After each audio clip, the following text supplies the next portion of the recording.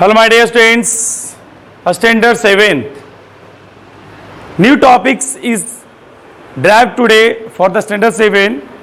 आज हम लोग 7th क्लास स्टैंडर्ड्स के लिए हम लोग लैंग्वेज ऑफ केमिस्ट्री टॉपिक्स को लेकर आए हैं आप सबों के बीच में, है ना। मैं चाहूँगा इस जो लैंग्वेज ऑफ केमिस्ट्री जो टॉपिक्स है ये समझिए कि फाउंडेशन केमिस्ट्री का समझिए फाउंडेशन है। साइंस में science is divided into 3 part, physics chemistry bio, उसमें शायद हम लोग केमिस्ट्री का लैंग्वेज ऑफ केमिस्ट्री टॉपिक्स पढ़ रहे हैं।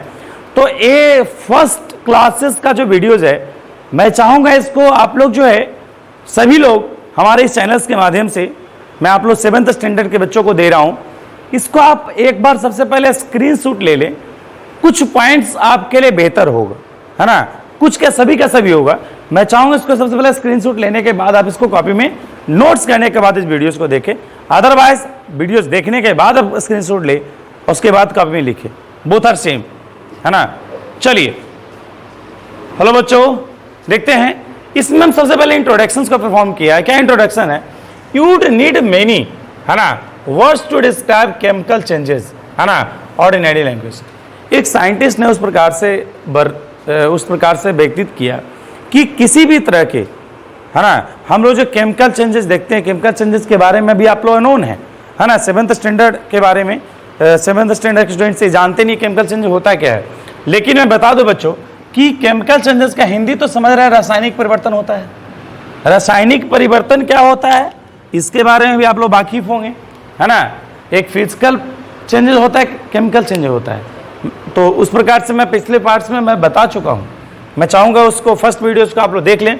प्रीवियस टॉपिक्स के में हमने फिजिकल चेंज और केमिकल चेंजेस के बारे में मैंने बताया है स्टार्टिंग टॉपिक्स में, है ना।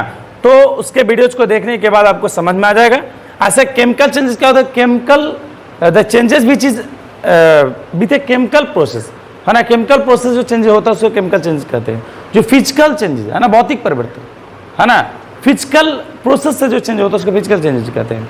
खैर जो भी है, तो यहाँ पे साइंटिस्ट ने उस प्रकार से देखा कि हमें जो है केमिकल चेंजेस के जो वर्ड जो वर्णन किया गया है उसे अगर हम लोग लिखना है तो हमें जो एक सिंबल फॉर्म में देना पड़ेगा, है ना। तो उस प्रकार से साइंटिस्ट का एक नाम था जे वर्जिलस। क्या नाम था? जे वर्जिलस। इन्होंने 19th सेंचुरी में, कितना 19th सेंचुरी में foundation of language of chemistry के निर्माण किया, है ना। मतलब केमिस्ट्री के एक रासायनिक भाषाओं को इन्होंने निर्माण किया। इसमें इन्होंने 3 बातें बताई कि देखिए लैंग्वेज ऑफ केमिस्ट्री में आइटम को क्या बताया? आइटम को रिप्रेजेंट किया जाता है सिंबल के रूप में, है ना। आइटम को किस में रिप्रेजेंट किया जाता है? सिंबल, संकेत के रूप में, है ना। और उसी तरह से देखिए मैं एग्जांपल दे हाइड्रोजन को एस से, है ना। मॉलिक्यूल, मॉलिक्यूल को जो अणु होता है इसका तो केमिकल फार्मूला भी कह सकते हैं, उसे फार्मूलेस के फॉर्म में रिप्रेजेंट किया जाता है। जैसे ऑक्सीजन, वाटर, H2O देख रहे होंगे, है ना, है ना। ऑक्सीजन का सिंबल क्या होता है? फार्मूला क्या है? O2। और वाटर का H2O, है ना। इसको वेरी इंपॉर्टेंट है ना। केमिकल चेंजेस जो है केमिकल इक्वेशंस के द्वारा, है ना। आगे की पार्ट्स में हम लोग केमिकल चेंजेस का कुछ एग्जांपल देखेंगे, याद रखिएगा। तो 3 चीज के बारे में अब हम लोग सबसे पहले सिंबल्स के बारे में पढ़ेंगे। किसके बारे में पढ़ेंगे? सिंबल्स के बारे में बच्चों, है ना। देखिए ये तो बिल्कुल डिफिनेशन है। Symbol is an observation. Symbols जो है साइंटिस्ट के द्वारा एक ऑब्जर्वेशन किया गया कि भाई किस प्रकार से ऑब्जर्वेशन में 3 ऑब्जर्वेशन किया है। उन्होंने बताया कि एलिमेंट्स का जो नाम है, सिंबल ऑफ एलिमेंट्स जो है 3 भागों में बटा है, 3 डिफरेंट वेज में उसका जो सिंबल दिया गया है, शॉर्टकट जो नेम जो हो गया उस प्रकार से। पहला जो लेटर होगा in a capital of the English name of the element, है ना। मतलब पहला जो लेटर होगा वही उसका सिंबल होगा, है ना।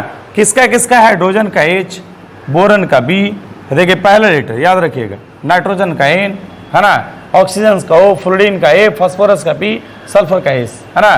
तो मैं चाहूँगा ये सभी जो है सिंबल है आपके एकदम बिल्कुल कंठस्थ होना चाहिए, समझ गए ना।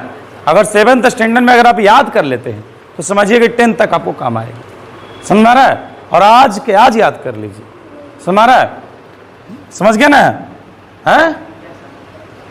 नेक्स्ट फर्स्ट लेटर, एक दूसरा जो है लेटर, जो फर्स्ट लेटर उन्होंने बताया कि भाई एक ऐसा कुछ ऐसे एलिमेंट होते हैं, कुछ ऐसे आइटम होते हैं कि उसको जो है क्या किया जाता है, क्या किया जाता है? दोनों को एक साथ मिलाकर, मतलब कम से कम पहला लेटर और दूसरा लेटर, ये एक से ज़्यादा लेटर लेकर उस प्रकार से लिखा है। जैसे हीलियम, देखिए 2 लेटर लिया गया है, neon N E, nickel N I, magnesium देखिए एमजी, है ना, तो ये सब लर्न करा, मैग्नीज एमएन, है ना, aluminium L, calcium C chlorine C L chlorine, zinc Z, है ना, इस तरह से समझ गया ना।